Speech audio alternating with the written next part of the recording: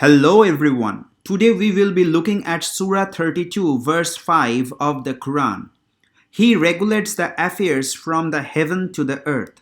Then shall it ascend to him in a day, the measure of which is 1,000 years of what you count. However, before we analyze this verse, let's first quickly refresh some Quran basics, which are going to be very important for our analysis. According to Surah 16 verse 2, He, that is Allah, sends down the angels with the inspiration revelation of His command upon whom He wills of His servants telling them, warn that there is no deity except me, so fear me. And Muhammad was chosen as His servant.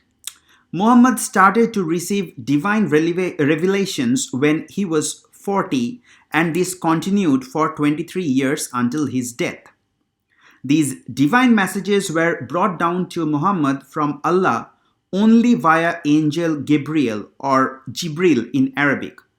Surah 2 verse 97 says, Say, whoever is an enemy to Gabriel, it is, in brackets, none but he who has brought it, that is the Quran, down upon your heart, in brackets, O Muhammad, by permission of Allah, confirming that which was before it and as guidance and good tidings for the believers. So this is a two-step communication system. Allah communicates with Jibril and Jibril communicates with Muhammad. Jibril was simply a message delivery guy. Now, Muhammad didn't get all the messages at once. Quran was revealed over a period of 23 years. As Allah willed, He substituted old revelations with new ones and sent the revelations in stages.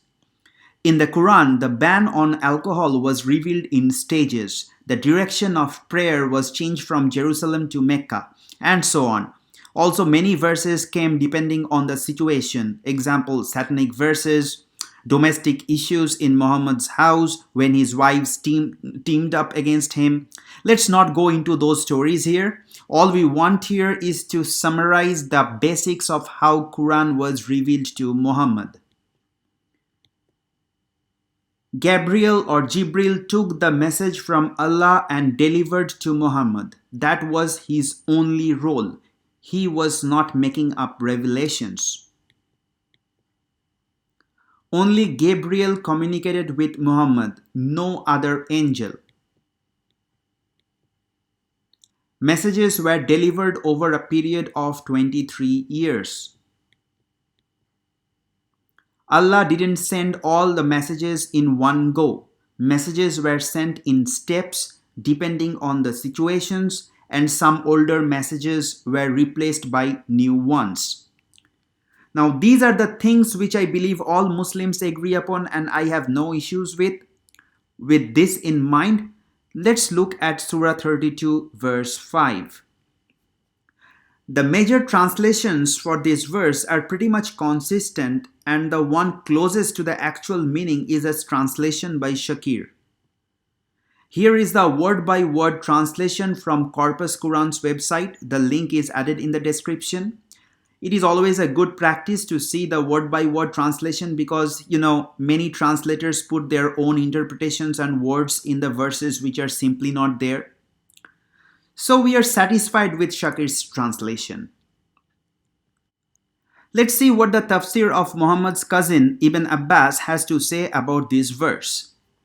He sends the angels with revelation, scriptures, and misfortunes.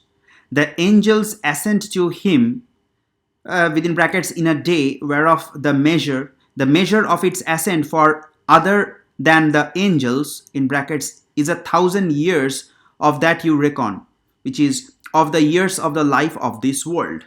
Okay, that's perfectly what is understood from this verse. So here Jibril is revealing a verse to Muhammad. For the next verse, Jibril now has to travel back to Allah, and by that time, 1,000 human years have passed. Jibril listens to Allah's command and brings the message to Muhammad. By that time, 2000 human years have passed. So, unfortunately, Muhammad is dead. Okay? Muhammad is dead by 2000 years.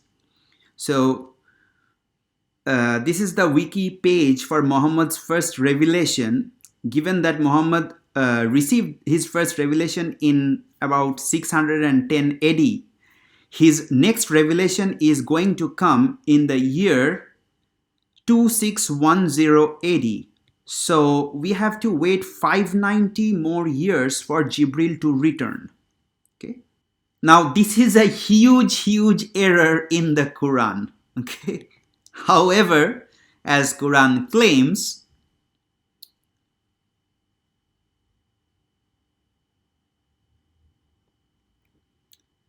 given that we showed a gaping error in the Quran, it turns out that the same verse has been used as a scientific miracle, that it predicts the speed of light.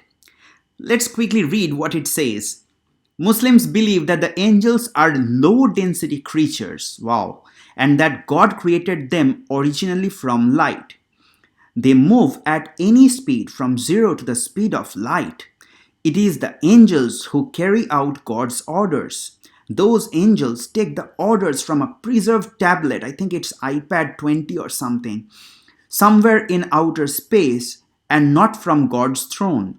They commute to and from this preserved tablet to get their orders from God, And in the following verse, the Quran describes how angels travel when they commute to and from this tablet. And the speed at which they commute to and from this tablet turned out to be the known speed of light. Thankfully, due to the sheer stupidity of the Islamic miracle folks, everyone is becoming aware of these gaping issues in the Quran. By the way, the prediction of the speed of light from this verse is nowhere near the actual speed of light. As shown in detail in wikiislam.net article, the link is this red text. Thanks for listening.